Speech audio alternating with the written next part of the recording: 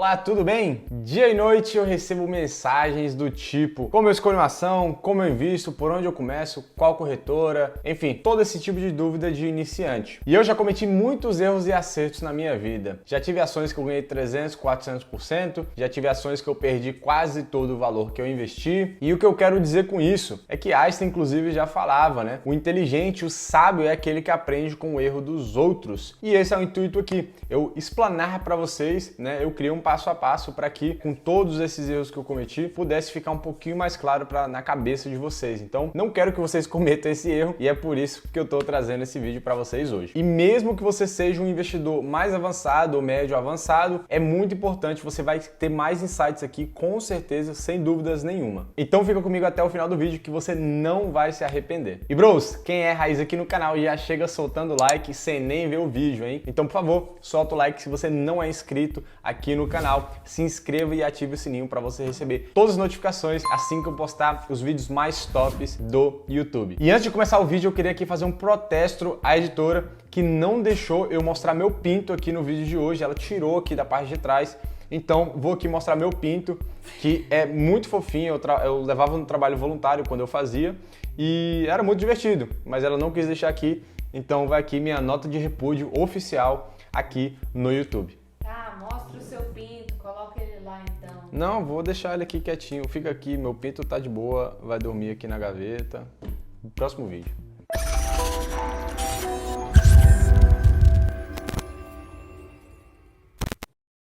E galera, vocês devem ter visto aí que temos a taxa Selic a 9,25%, subindo muito nos últimos meses, né? Ela estava por muito tempo ali nos patamares de 2% durante 2020, tá? E veio subindo aí durante 2021, muito por conta da inflação que veio subindo, muito por conta do dólar que veio subindo nos últimos tempos, elevando o preço dos produtos aí, né? Então trazendo a inflação. E é por isso que eu também costumo falar, né? Que você não compra em real, você compra em dólar. Todos os produtos que você compra são dolarizados. As commodities, elas são negociadas em dólares. Então não adianta nada. Quando você compra um produto, uma escova de dente que seja, você está comprando em dólares. Pode ter certeza que o valor de todos os produtos no supermercado subiram nos últimos tempos. E muito por conta do dólar. Galera, por que a taxa Selic ela aumenta muito? A renda fixa ela começa a ficar mais atrativa também. E isso mostra aí, então, uma certa desconfiança no governo de controlar a sua inflação, quando ela sobe demais. E aí o que acontece? Quando a taxa Selic ela sobe muito, quando a taxa básica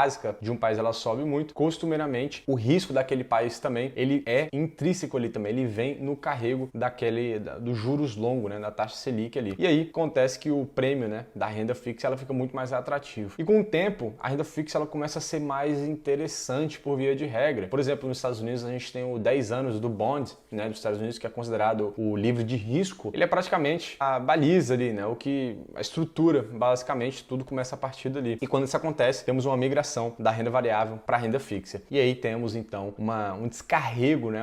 Geralmente a gente chama de sell-offs, né? Aquela mudança de equity de renda variável para renda fixa. Então tendo um declínio muito acentuado nas ações por via de regra. E vocês podem estar presenciando muito disso na Bolsa de Valores brasileira. Você pode ver diversas ações, vou pedir para a editora colocar uns gráficos aí. Magazine Luiza, Lojas Renner, Fleury e várias outras empresas aí estão caindo absurdamente, muito por conta disso. A taxa de juros aumenta, essas empresas estão mais arriscadas, são de crescimento, o custo de empréstimo ele é muito maior agora, porque, né, a taxa Selic aumentou, então fica muito mais complicado para essas empresas. Tendo aí então de levinho esse shift da renda variável para a renda fixa. E aí com essa manada correndo para a renda fixa, né, por via de regra, você tem que ser anticíclico, essa que é a ideia, galera. Porque quando a renda fixa ela já está lá em cima, o prêmio de risco dela já está quase todo embutido. Então você tem que pegar ali e o inverso, né, você tem que ser anticíclico. Então, quando o mercado está numa alta de taxa de juros, na taxa Selic, geralmente você vê as rendas fixas mais interessantes. Muitas delas realmente bem interessantes. Mas depois de um tempo, aquele prêmio ali, ele começa a dar uma reduzida e não vale tanto a pena assim. E agora, quando você olha, por exemplo, para a renda variável, né, com as mesmas ações que eu comentei agora há pouco, por exemplo, pensando no longuíssimo prazo, é muito interessante. Ou você imagina aí, por exemplo, o Itaú indo à falência daqui a 30, 40 anos. Você imagina o Banco do Brasil indo à falência daqui a 30, 40 anos. Inclusive, eu fiz até um vídeo, né, recentemente sobre sobre quanto rendeu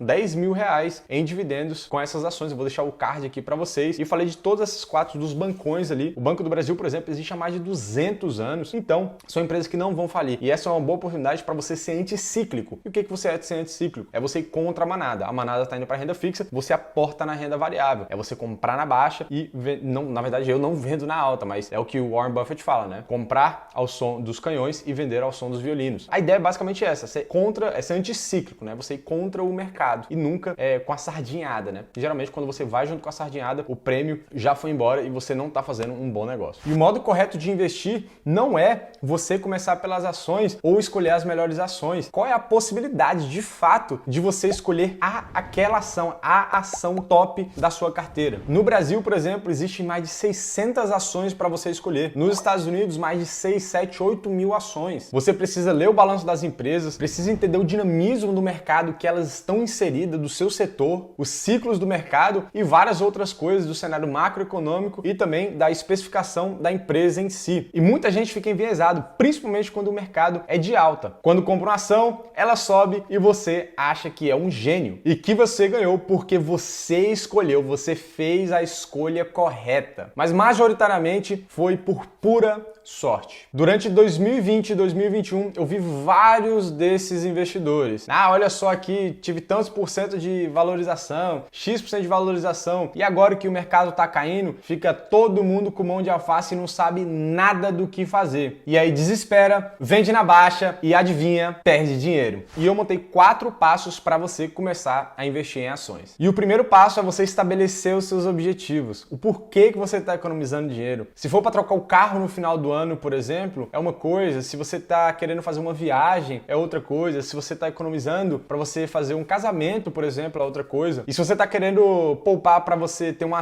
aposentadoria mais assegurada, é outra totalmente diferente. E para cada um desses casos, existe uma maneira melhor ou pior de investir. E perceba que cada um desses investimentos mencionados, ele tem tempos distintos entre eles para a realização. E é por isso que você tem que ter os investimentos de curto prazo, médio e longo prazo. E investimentos de curto prazo, normalmente, eles são aqueles investimentos para menos de um ano. Então vamos supor que você está planejando para uma viagem ano que vem, todos esses aí serão investimentos de curto prazo. Você está querendo fazer isso antes, então terá que ser aí de liquidez diária. Esse é o mais interessante. E principalmente se você estiver falando da sua reserva de emergência, ele tem que ser de liquidez diária, imediata. E o investimento de médio prazo, normalmente, são os que têm duração de mais ou menos até 5 anos. Você está buscando uma volatilidade ok, nada muito volátil nesses tempos, mas aí você também está buscando uma rentabilidade um pouquinho extra, um risco um pouquinho mais moderado, beleza? E aí eles não têm liquidez diária, tá certo? E a ideia é porque você já tem a sua reserva de emergência, você já tem o seu investimento de curto prazo, para que você não precisa recorrer a esse tipo de investimento caso aconteça alguma coisa. E os investimentos de longo prazo são aí, obviamente, acima de 5 anos. Então, são os investimentos mais voláteis, mais agressivos, mais arriscados e, obviamente, não precisa ser liquidez diária, até porque a liquidez diária ela está associada a menos volatilidade e menos risco. E os investimentos de longo prazo, pelo tempo que você tem ali para investir, eles não precisam ser de liquidez diária. Então, você vai ter volatilidade associada, risco associado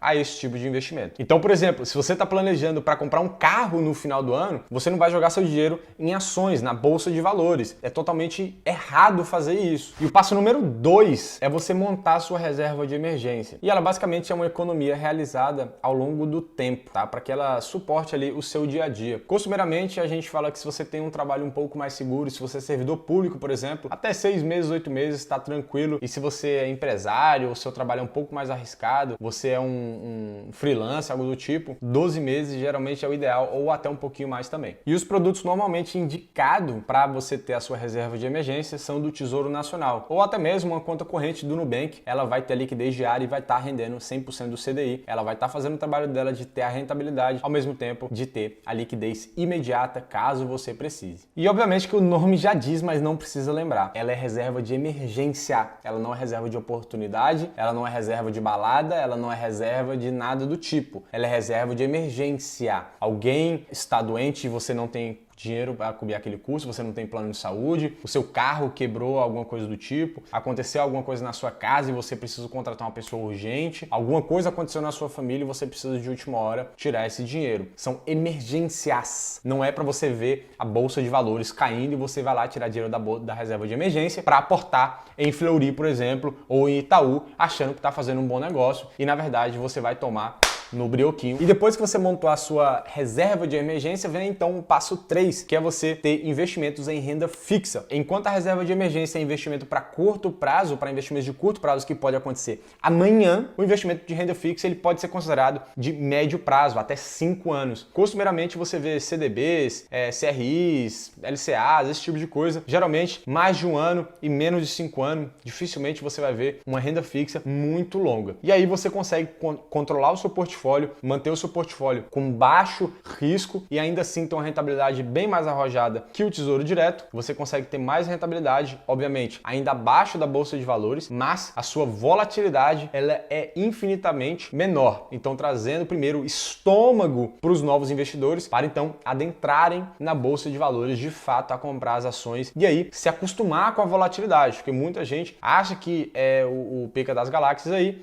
entra na Bolsa de Valores, cai 20%, é mão de alface, vai vender na baixa, vai perder dinheiro e vai falar que a Bolsa de Valores é cassino. E o passo 4 são os ETFs. E o objetivo é entender o mecanismo da Bolsa de Valores, para depois você comprar as ações individuais. E o investimento pode ser passivo também. E esses ETFs que são passivos, eles basicamente seguem um índice. E esses índices pode ser qualquer um deles. Temos no Brasil o Ibovespa, nos Estados Unidos tem a Dow Jones, temos também o S&P 500, tem o Dow Jones Industrial 1000, 2000, tem o S&P 400, tem o Nasdaq 100, tem vários tipos de índices que você pode seguir. Tem o europeu também, tem o canadense, o S&P 60 aqui no Canadá. Então, tem vários tipos de índice. E esses tipos de ETF, eles seguem só aquele índice daquele país e aí tá tudo certo, não tem um gestor tranquilamente. Agora tem os ETFs de gestão ativa, como por exemplo, é o caso do ETF da ARK, que a gestora é a Cathie Wood. Então, ela toma todas as gestões, ela toma as decisões todas do ETF. Ela é praticamente ali uma empresa que vai investir em outras ações e ela vai tomar todas as decisões. Então você está confiando na gestão, na capacidade cognitiva daquele cidadão para gerenciar o dinheiro por você. E o que é mais bacana também é que você pode alugar as suas cotas se você estiver investindo por longo prazo e ganhar mais uma rendinha extra aí durante esse período também. E o passo número 5 é você aí, depois de toda essa caminhada, é você entrar então no mercado de ações e investir diretamente nas ações individualmente. E lembre que o mercado de ações investindo direto, ele é como um ringue de UFC. Você tem várias pessoas ali, você tem um mercado inteiro de milionários, bilionários, investidores institucionais, empresas, ETFs de gestão ativa, por exemplo. E aí eu fico a pergunta, você acha mesmo que você vai competir, você vai ganhar de todas essas pessoas que lá estão no mercado? E é por isso a importância de você investir por longo prazo e não se importar com o trading. Você tem que ter a mentalidade de investidor, de sócio da empresa e investir por longo prazo. Comprar empresas que você julga interessante, que elas vão estar existindo daqui a 20, 30, 40, 50 anos. E aqui você vai desenvolver mais habilidades de análise de empresas, de tomada de decisões mais assertivas. E obviamente não comece por esse último passo. Esse aqui é o último passo, não o primeiro. Eu sei que muita gente já tenta pular logo para esse passo inicial, mas não é o correto. E galera, por hoje é só. Esse é o vídeo. Espero que vocês tenham gostado. Meu nome é Guilherme Córdova. Tamo junto, um abraço, até a próxima e valeu!